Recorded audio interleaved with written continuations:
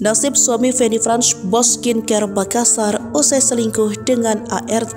Ikut curi uang, istri siap menjanda. Beginilah nasib Atok Daeng Sila, suami Feni Franz yang kedapatan selingkuh dengan asisten rumah tangga atau ART.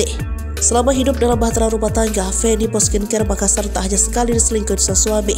23 tahun bersama, Feni Franz nampaknya sudah ikhlas dengan rumah tangganya. Ia bahkan bertekad untuk menjadi janda dan melepaskan pernikahannya. Seperti diketahui viral di media sosial saat suami Feni Franz selingkuh dengan pembantu. Sang suami Atok Daeng Sila kedapatan berhubungan dengan pembantu di rumah megahnya.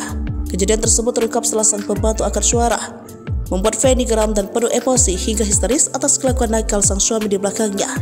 Setelah kejadian pelik dalam hidupnya, Feni Franz nampaknya akan mengambil langkah jauh. Hal tersebut dituliskannya melalui Instagram pribadinya. Sejumlah postingan pun telah dibagikan Feni pada Instastory-nya. Dukungan dari sejumlah public figure hingga para followersnya. Ia pun berterima kasih atas dukungan tersebut.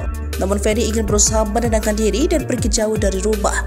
Ia pun tak ingin memperdulikan ucapan netizen yang mengira postingannya adalah sebuah prank semata. Karena selama ini ia tak pernah membuat konten tersebut.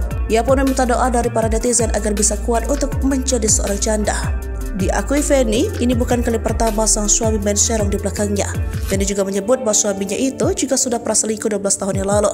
Ia mengaku bukan hanya kehilangan uang yang membuatnya hatinya sakit, namun karena rumah tangganya telah 2-3 tahun berjalan gagal dipertahankan.